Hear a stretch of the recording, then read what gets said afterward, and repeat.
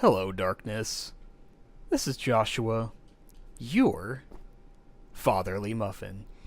And maybe you're having a hard time sleeping tonight. Maybe you're just having a little insomnia.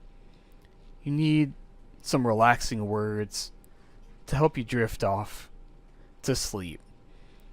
So we're going to take a look, some of you a little bit darker tone, dark hearts amongst us may like to frequent Reddit's No Sleep. No Sleep, honestly, it's got some, they call it realistic horror, but I'm going to call this a real story. So tonight, allow me to read you a bedtime story. So today we're going to be looking at by Oven Friend, a story to scare my son. Son, we need to have a chat about internet safety. I slowly crumpled down onto the floor next to him. His laptop was open and he was playing Minecraft on a public server. His eyes were locked into the action. Comments scrolled down the side of the screen in a chat box. Son, can you stop your game for a minute? He exited the world, closed the laptop, looked up at me. Dad, is this going to be another cheesy, scary story? What? I faked hurt feelings, feigning for a second, and then grinned at him. I thought you liked my cautionary tales. He grew up listening to my stories about children who encountered witches, ghosts, werewolves, and trolls. Like many generations of parents, I used scary stories to reinforce morals and teach lessons about safety. Single dads like me should use all the parenting tools at their disposal. He scrunched his little face. They were fine when I was 6, but now that I'm getting older, they don't scare me anymore. They seem kind of silly. If you're going to tell me a story about the internet, can you make it really, really scary? I squinted at him incredulously. He folded his arms. Dad, I'm 10, and I can handle it. Okay. I'll try. I began. Once upon a time, there was a boy named Colby. His expression indicated that he wasn't impressed with the terror of the introduction. He sighed deeply, and settled in for one of the dad's cheesy stories. I continued. Colby went online and joined several children's websites. After a while, he started talking to other kids in-game and on the message boards.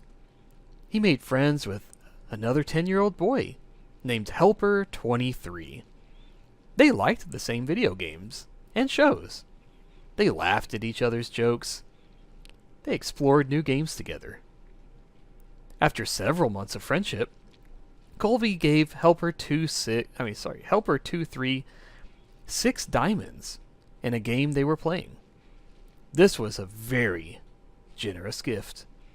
Colby's birthday was coming up, and Helper23 wanted to send him a cool present in real life. Colby figured it wouldn't hurt to give Helper23 his home address, as long as he promised not to tell it to any strangers or grown-ups. Helper23 swore he wouldn't tell anyone else, not even his own parents, about mailing the package. I paused the story and asked my son, "Do you think that was a good idea?"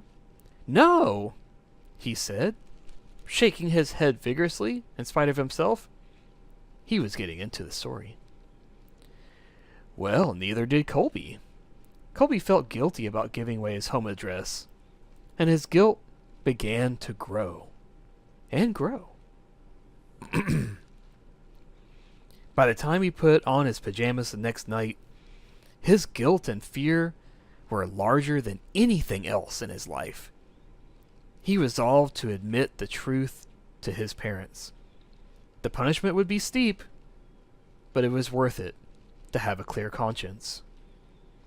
He squirmed in his bed as he waited for his parents to tuck him in. My son knew the scary part was coming up. In spite of his tough talk, he leaned forward, wide-eyed. I spoke quietly and deliberately. He heard all the noises of the house. The washing machine bounced around in the laundry room. Branches scraped against the brick outside his room. His baby brother cooed in the nursery. And there were some other noises he couldn't quite pinpoint. Finally, his dad's footsteps echoed down the hall. "Hey, Dad," he called out nervously. "I have something to tell you." His dad stuck his head in the doorway at a weird angle. In the darkness, his mouth didn't seem to move, and his eyes were all wrong. "Yes, son." The voice was way off, too. "Are you okay, Dad?" the boy asked. "Uh-huh," sung the father in his strangely affected voice. Colby pulled his covers up defensively. Is Mom around?" "Here I am." Mom's head popped in the doorway below Dad's. Her voice was in a natural falsetto. Were you about to tell us that you gave your home address to Helper 23? You shouldn't have done that. We told you never to give out personal information on the internet." She continued, "He wasn't really a kid. He just pretended to be one. Do you know what he did? He came to our house, broke in, and murdered both of us, just so he could spend some time with you." A fat man in a wet jacket emerged in the child's doorway, holding the two severed heads.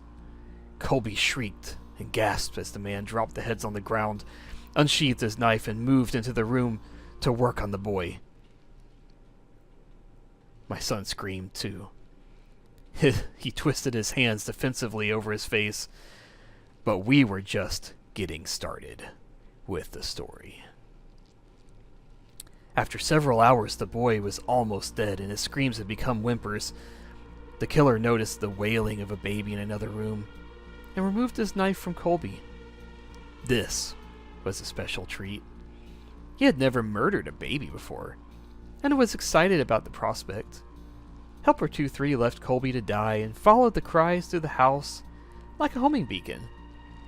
In the nursery, he walked to the crib, picked the baby up, held it in his arms. He moved towards the changing table to get a better look. But as he held the baby, the crying died down. The baby looked up and smiled. Helper 23 had never held a baby, but he gently bounced it in his arms like a pro. He wiped his bloody hands on the blanket so he could stroke the baby's cheek.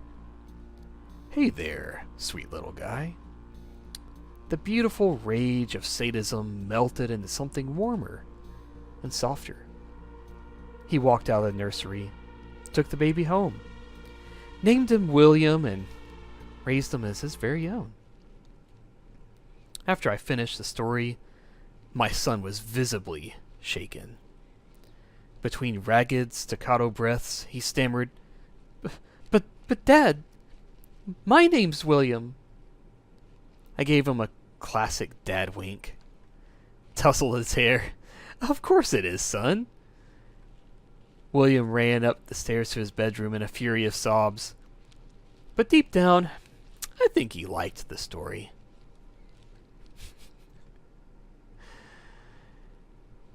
There we go. And then the author, thank you so much for the gold and the October trophy. If you are interested, and I am, I blog about single parenting tips and some of my other activities, quote unquote, at ovenfriend.com. Well, Oven Friend, what a wonderful story. And I hope that all of you out there can enjoy a little bit of what our friend Oven Friend has given us this evening. And I sincerely hope that you have a wonderful, fruitful night of sleep. Tomorrow, have a rest of your day. But until then, this has been Joshua, your fatherly muffin. Until the next time, good night. Darkness.